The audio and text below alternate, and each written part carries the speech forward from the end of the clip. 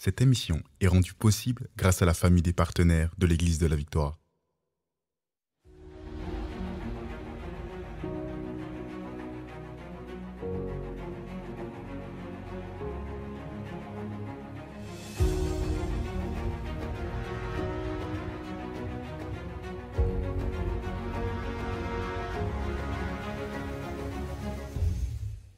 Bonjour tout le monde, bienvenue à l'émission Parole de foi. Aujourd'hui, on poursuit dans la découverte de Pasteur Shamim. Depuis lundi, on est ensemble, on a découvert son témoignage. Elle a été élevée dans un foyer où son père était musulman, sa mère catholique. Et elle a rencontré Jésus à travers le feu dans les yeux de ses cousines. Donc, c'était vraiment son désir de rencontrer le Seigneur et d'être avec lui. Donc, c'était super, notre première émission.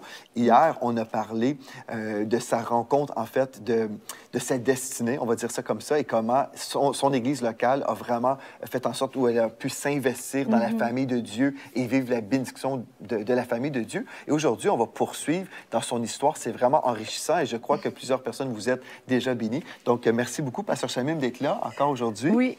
Et puis, juste pour ceux qui ne te connaissent pas, tu es l'animatrice de l'émission SOS Prière qui est diffusée mondialement sur EVTV, donc Évangile TV. Absolument. Et ici, bien sûr, sur la chaîne YouTube de l'Église de la Victoire et bientôt sur Guérison TV aussi. On va Amen. bientôt diffuser ton émission sur Guérison TV. Et vraiment, tu es responsable des soins pastoraux ici, localement, et dans les nations, et la directrice du Centre d'Appel Victoire. Tu enseignes au Collège biblique. Tu portes beaucoup de chapeaux, mais ton service aujourd'hui, bien, en fait, c'est quelque chose, on voit vraiment, c'est la main de Dieu qui a tout orchestré.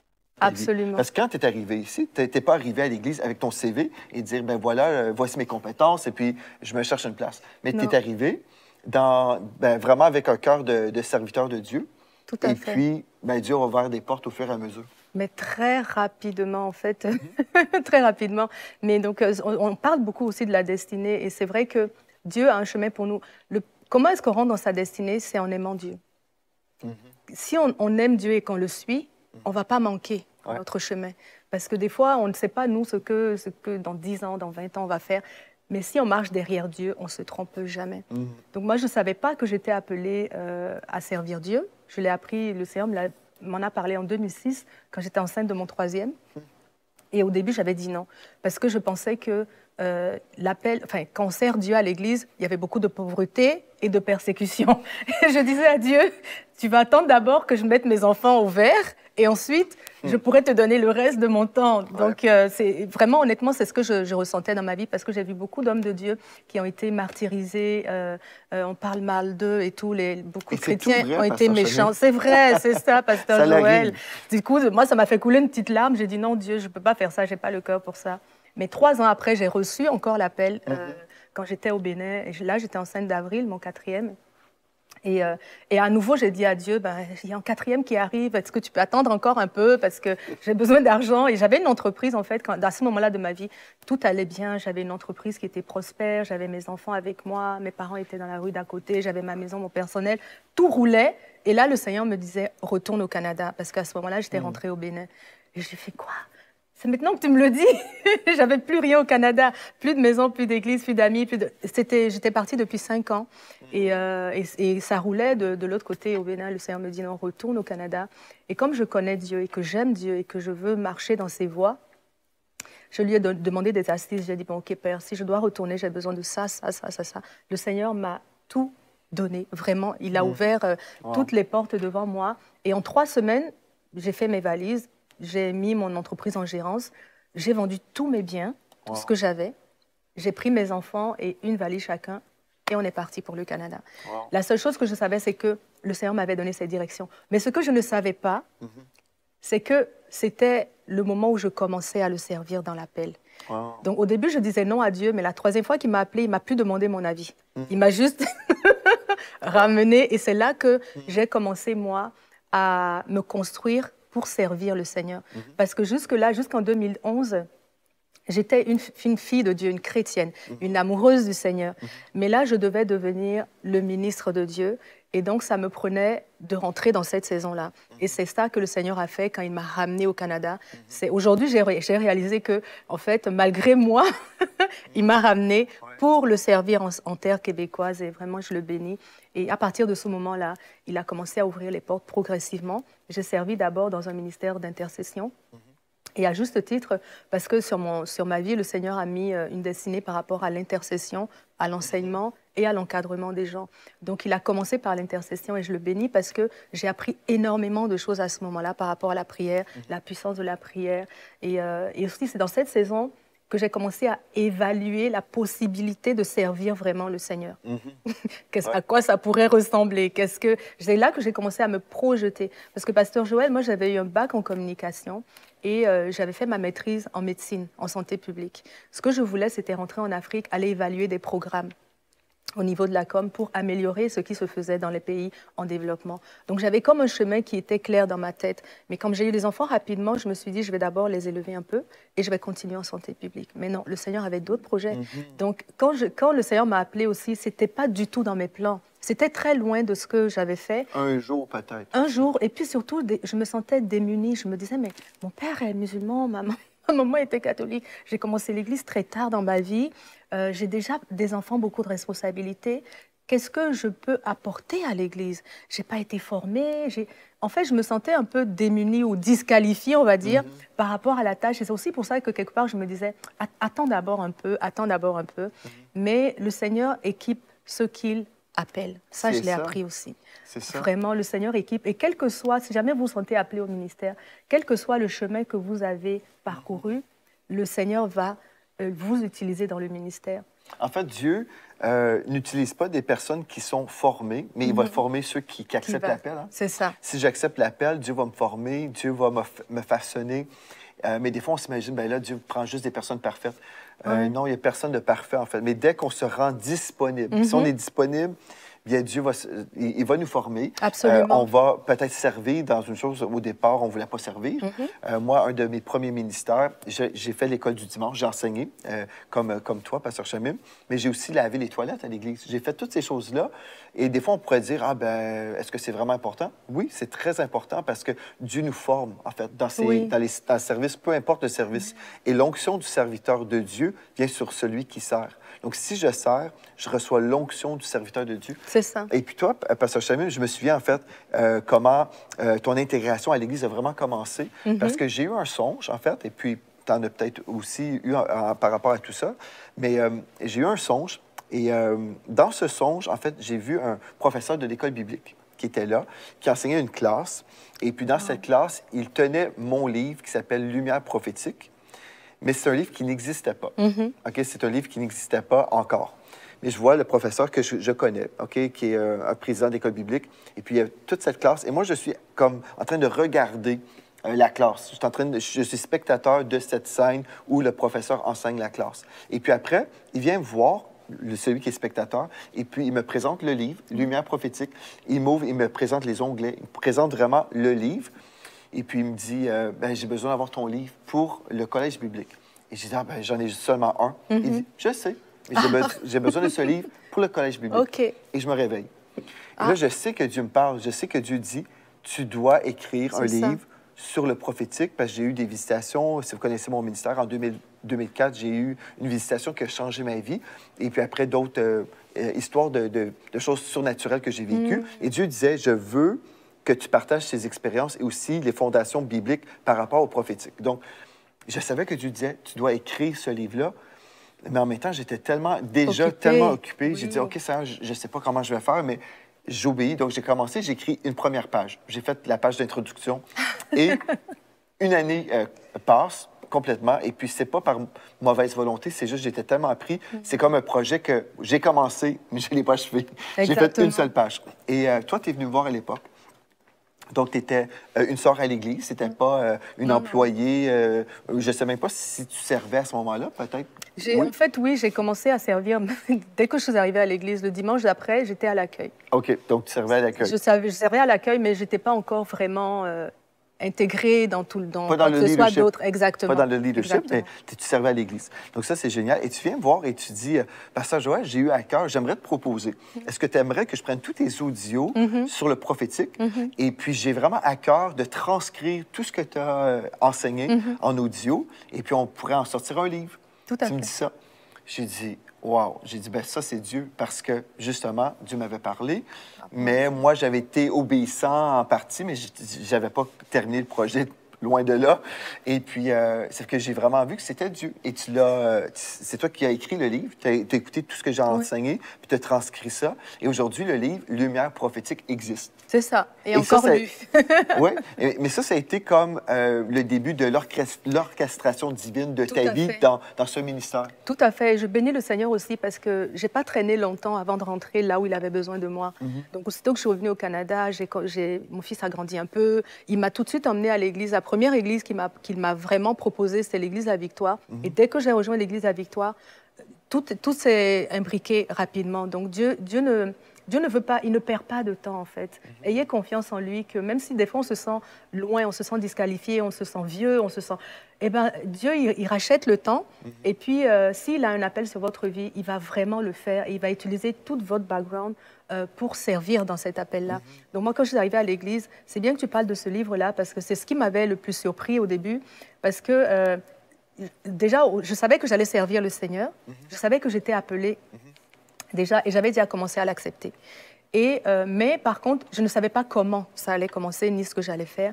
Et quand je suis arrivée à l'église, ça n'a pas fait longtemps avant que je commence à travailler sur des projets de communication. Dans ce livre, qui est l'écriture, en fait, c'est un projet de communication, de prendre des messages que tu as et de les véhiculer à d'autres personnes. Et moi, c'était en plein... la com, c'est mon truc, on va dire.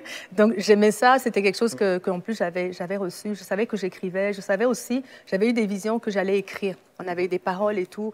Donc, quand j'ai vu l'opportunité de tous ces merveilleux messages, parce que moi, je m'intéressais beaucoup au prophétique, c'est l'appel qu'il y a sur ma vie. Et puis, donc, je me suis dit, mais il faut les rassembler, c'est trop intéressant et tout. Et donc, je te l'ai proposé suite à ça. Et ça arrivait pile avec... ton intention aussi, la saison où tu voulais écrire un livre. Et par la suite aussi, tout ce que j'ai fait à l'Église, donc il y a eu ces livres-là, il y en a eu plusieurs autres. Il y a eu dans le ministère la coordination, il y a eu les émissions, la transcription des émissions. En fait, tout ce que je faisais à l'Église, dans l'exécutif, c'était de la com. Et moi, j'étais vraiment étonnée parce que je n'aurais jamais pu penser que Dieu m'appellerait à le servir dans une église et qu'il m'utiliserait pour la communication. Pour moi, l'Église, c'était bon, la prière, la guérison, l'enseignement, etc. Et c'est pour ça que je me sentais d'ailleurs disqualifiée. Mais la première chose que Dieu a utilisée dans l'Église, c'était les talents que j'avais déjà, en fait, ma formation. C'est pour ça que je dis que Dieu orchestre parfaitement nos saisons. Tant qu'on marche derrière lui, on lui fait confiance, il fait très bien. Il sait très bien ce qu'il fait. Et en tant qu'exécutif, c'est un poste de communication. Dans une entreprise, c'est le plus haut niveau de communication. Donc ça aussi, ça m'avait étonnée. Je me dis, mais comment est-ce que Dieu il fait ces choses-là? Tu sais, quand tu m'as proposé le poste, je me suis dit, mais j'aurais pu faire 10 ans dans une entreprise avant d'arriver à l'exécutif. Mais là, j'arrive à l'Église pour servir le Seigneur. Il m'utilise avec ce dans quoi j'ai été formée. Et il me met en plus à un niveau où je peux vraiment exercer beaucoup de choses en communication. Vraiment, j'ai trouvé que Dieu était extraordinaire. Et moi, je me sentais comme un poisson dans l'eau, parce que souvenez-vous que j'avais peur de servir en tant que ministre, mais j'étais donc en toute sécurité. Et aussi, le fait de travailler avec toi pendant ces 4 années, je pense, ça m'a permis de découvrir c'est quoi une église. Ça fonctionne comment? Puisque moi, je n'ai pas été élevée dans le milieu chrétien. C'est quoi une église? C'est quoi être un pasteur? C'est quoi l'appel du pasteur? C'est quoi l'appel de l'évangéliste? C'est quoi les 5 ministères? Comment ça fonctionne de l'intérieur? Parce que l'église où j'étais auparavant, je servais de l'extérieur. J'étais dans tous les départements, mais de l'extérieur. Mais là, c'est la première fois que de l'intérieur, je servais. Et donc, j'ai commencé à comprendre ce qu'est une église et aussi à comprendre la vision de Dieu pour cette maison. Franchement, pour moi, ça a été la meilleure formation de travailler avec ton matériel, de les retranscrire et tout. Ça m'a permis de m'approprier plus ta perspective, ton enseignement, puisque j'avais déjà une vie chrétienne d'avant. Donc, le Seigneur, en fait, il a utilisé cette période vraiment avec beaucoup d'efficacité. Et c'est merveilleux, en fait. Gloire à Dieu. Mais tu vois, le service, en fait, le Seigneur Jésus nous en parle. Hein? Le plus grand parmi vous sera le serviteur de tous. Et puis, des fois, si on cherche notre percée dans le ministère, des fois, on est à la recherche d'une percée, on est à la recherche d'un contact, on est à la recherche de quelque chose. Mais comme tu dis, si j'aime Dieu et je sers Dieu, bien, c'est Dieu qui va faire mon chemin. Exactement. Et puis, c'est vraiment ça, c'est ça que j'ai vécu dans ma vie. Oui, oui, oui. Et des fois, quand on est dans un temps de formation, on peut mépriser la formation. On peut mépriser le service, ne discernant pas que c'est Dieu qui nous forme là-dedans. Je me souviens, il y a Billy Brim, celle qui écrivait les livres de Kenneth Hagin. Oui. En fait, elle a servi Seigneur comme ça, et puis Dieu lui a montré que c'était la façon qu'il la formait. Des fois, on peut être formé à l'école biblique. C'est ça. Et c'est une façon qu'on peut être formé au collège biblique. Et on croit dans le collège biblique, mais je crois vraiment, si on fait uniquement le collège biblique sans servir, en fait, la formation sur le terrain est essentielle pour le serviteur de Dieu. On ne peut pas juste avoir de la théorie. Il faut aussi être investi dans le service. C'est dans le service où on grandit, on découvre des choses, oui, sur le plan théologique, mais l'expérience chrétienne... Elle compte énormément, parce que quand on servir l'Église, c'est servir des personnes. Ouais. Donc, la formation pratique, moi, je pense aussi qu'elle est vraiment essentielle. Quand le Seigneur Jésus a eu ses 12 apôtres, il les a mis tout de suite en face des gens. C'est vrai. Il ne leur a pas demandé d'aller au temple, passer par toutes les Ésaïe, tous les prophètes, les petits, les grands, etc. Non, il ne leur a pas demandé d'aller faire la formation théologique. Il les a mis en face des brebis et il leur a montré comment lui, il était en tant que bon berger, puisqu'il est le bon berger. Et cet exemple leur a communiqué la façon, les aptitudes, et ils ont été de très bons bergers par la suite. Moi, je crois que lorsqu'on est appelé à servir l'Église, c'est en servant l'Église qu'on apprend à servir l'Église. Ouais. Et on ne néglige pas la formation théologique ou théorique, ou etc. Hein. C'est très important, mais de toute façon, Dieu, il va organiser la vie de chacun selon ses propres plans. Il y a ça aussi, c'est des fois on pense, moi je me disais, ah, j'ai pas fait d'école biblique, j'ai pas fait de formation, et comme je venais d'un milieu académique très intellectuel, ben pour moi j'intellectualisais beaucoup les choses, tu vois. Pour moi, si je n'ai pas eu une formation intellectuelle, je n'ai pas les capacités, mais parce que depuis que j'ai 4 ans, eh ben, je suis dans des formations intellectuelles, tu vois. Et mes parents étaient des intellectuels, donc leur fréquentation était des intellectuels. Donc tout ce que j'ai connu, c'est le milieu intellectuel. Mais quand je suis arrivée à servir le Seigneur, je pensais que le fait de ne pas avoir cette formation me disqualifiait justement, et j'aspirais à avoir une formation intellectuelle.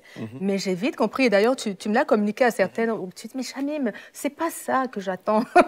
Tu m'as dit plusieurs fois comme, non, déjà reste dans la pratique, et puis prends les enseignements, parce que la parole est un enseignant. La parole de Dieu nous enseigne la parole de Dieu. C'est vrai, on n'a pas besoin de 15 ans de théologie. La parole de Dieu nous enseigne. Et là aussi, moi, avant aussi, j'avais commencé à développer l'amour de la parole de Dieu. Et je crois que ça a été un gage de succès pour moi aussi. Parce que plus je me suis adonnée à la parole de Dieu, plus j'ai été formée par la parole de Dieu. Et donc, ça a fait qu'au bout de quelques années, j'avais assez de bagages, je crois, pour exercer ce que Dieu m'appelait à faire. Et en même temps, j'ai servi des personnes. Pendant ces 4 années-là, vraiment, à l'église, il y avait plein de monde, beaucoup de gens qui venaient de partout. On a servi des personnes pendant toutes ces années. Ça aussi, ça a été une très bonne formation pour moi. Et aujourd'hui, si je suis la ministre que je suis aujourd'hui, honnêtement, je le dois complètement au Seigneur. Et le Seigneur m'a formée pour l'Église de la Victoire parce qu'il m'appelait à l'Église de la Victoire. Il m'a formée par l'Église de la Victoire. Donc, je vois aussi cette continuité-là dans le cheminement. Il y a des gens qui vont dire, oui, mais je veux aller servir ailleurs. Ah, mon pasteur, je ne l'aime plus. Ou bien, ah, j'ai été... Non, il faut suivre Dieu. On ne suit pas une personne ou un mouvement. Il faut suivre Dieu. Et Dieu, c'est un Dieu d'ordre. Moi, un jour, Dieu m'a dit, je dis, mais Seigneur, est-ce que je suis bien aligné? Il me dit, mais... Tu penses que toute cette formation, c'est pour que tu ailles servir ailleurs? Parce que j'ai beaucoup à cœur le Bénin aussi, l'Afrique et tout. Et je lui demande des fois, mais comment tu vas organiser tout ça? Il me dit, reste tranquille. tu es encore dans la formation, reste tranquille. Donc, c'est tout comme un médecin, il a 9 ans de formation. Et après, il exerce, il doit encore continuer à se former pour s'améliorer et devenir, affiner en fait le travail qu'il va faire et l'excellence. Donc, moi, je crois qu'il faut juste faire confiance à Dieu, rester là où Dieu nous appelle, et continuer à s'investir dans la parole et dans les personnes. Tu vois, Pasteur Chamim, ce que tu dis, c'est tellement important parce que vraiment, Dieu, il va s'investir beaucoup dans la formation de quelqu'un qui va porter beaucoup. C'est une chose, c'est vrai. Mais si on a un ministère d'un certain niveau, puis je ne méprise aucun niveau, là, mais Dieu n'a pas besoin d'investir autant dans quelqu'un qui ne va pas faire autre chose. Mais si Dieu dit, cette personne, OK, moi, je choisis qu'elle va faire ceci, cela, cela, cela. Bien là, elle doit passer par l'école pour être formée et toucher beaucoup de choses. C'est ça. Moi, là, par exemple, quand j'ai commencé, j'ai été formé, comme j'ai dit, à l'école du dimanche. J'ai servi comme ça auprès des enfants, le ménage à l'église. Plus tard, quand j'ai travaillé pour Miracle Channel, au départ, on m'a offert la position de directeur de marketing. OK. Promotion de marketing. Mais j'étais comme... Ça, c'est de Dieu. Oui, mais j'avais zéro intérêt là-dedans. Moi, j'étais vraiment un prédicateur. Mais le docteur là-bas, Dr. Dewart, avait dit, mais pour t'embaucher, j'aimerais t'embaucher en tant que directeur des promotions et du marketing. Tu vas aller prêcher et représenter la chaîne de TV quand tu vas circuler. Et il dit, est-ce que tu acceptes ce poste? OK. C'est comme, je n'étais pas formé. Je me disais, mais pourquoi? Mais j'ai été formé sur le terrain. Avec l'école du dimanche. J'ai souffert. Non, mais je veux dire, même à Miracle Channel. OK. J'ai été formé là-bas. Mais j'ai fait beaucoup de choses. J'ai prêché là-bas, j'ai chanté là-bas, j'ai animé des émissions de TV, mais j'ai aussi côtoyé des personnes difficiles. Et j'ai eu des épreuves au niveau des personnalités, des caractères, des déceptions. Des fois, c'était des montagnes russes aussi. Des fois, pour moi, j'étais comme haut sur le sommet. Je venais de faire une émission, j'étais béni. Le lendemain, je pouvais vivre une chose terrible. C'était des hauts, des bas, des hauts, des bas. Et des fois, je disais à ma femme, j'ai dit, ah, moi, je rentre chez nous, je retourne au Québec. Et je me voyais en train de faire mes cartons, là. J'étais comme, moi, je m'en vais d'ici, là, je m'en vais. Puis là, ma femme dit, non, on reste ici, non, on reste. Parce que tout ça, ça faisait partie de ma formation. Mais des fois, là, c'est ça, on comprend pas. Des fois, justement, on ne comprend pas, des fois, la formation. Mais ce qui compte, c'est de rester fidèle à Dieu parce que lui, il connaît le chemin de notre formation. Tout à fait. Et c'est ce qu'il a fait avec Joseph. Si vous connaissez un peu l'histoire de Joseph dans la Genèse, il devait être le gouverneur de l'Égypte et il a eu une formation assez atypique. En fait, il est allé servir pour gérer les serviteurs de Potiphar. Mais ces deux niveaux de formation-là, il gérait des serviteurs dans un endroit sécurisé. Donc, c'était tranquille. Et quand il a fini cette formation, Dieu l'a emmené en prison. Maintenant, il devait apprendre à gérer des personnes costaudes, difficiles.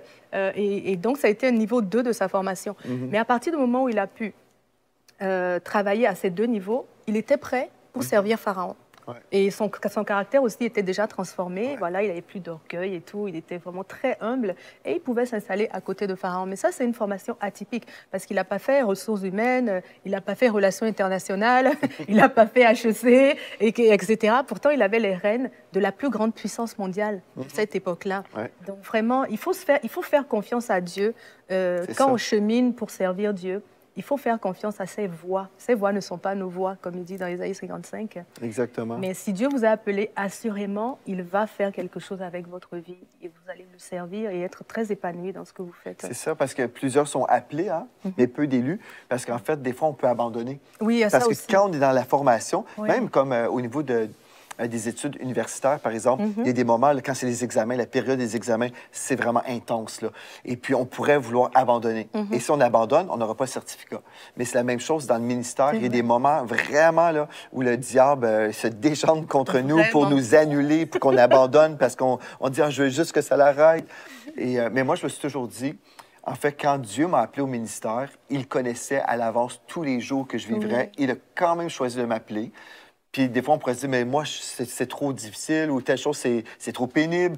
Mais je me rappelle toujours, non, quand Dieu m'a appelé, il savait exactement que tel jour de telle année, je vivrais telle chose. Et pourtant, il m'a appelé.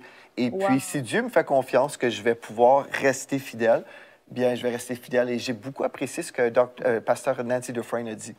Une fois, elle était dans une sorte de crise, elle vivait des difficultés. Et Dieu lui a dit, écoute, en fait, moi, là, je vois la fin de l'histoire. Tu es victorieuse. Là. Tu vas remporter la victoire dans toutes ces choses. Toi, aujourd'hui, tu vois juste la difficulté, mais moi, je vois que tu as déjà vécu la victoire. Donc, vois-toi aujourd'hui comme étant dans la victoire. Et vraiment, quand on peut avoir cette perspective, la bataille est déjà remportée. Amen. En ce moment, peut-être je suis au milieu de la bataille, mais au final, Dieu, lui, il voit que c'est terminé.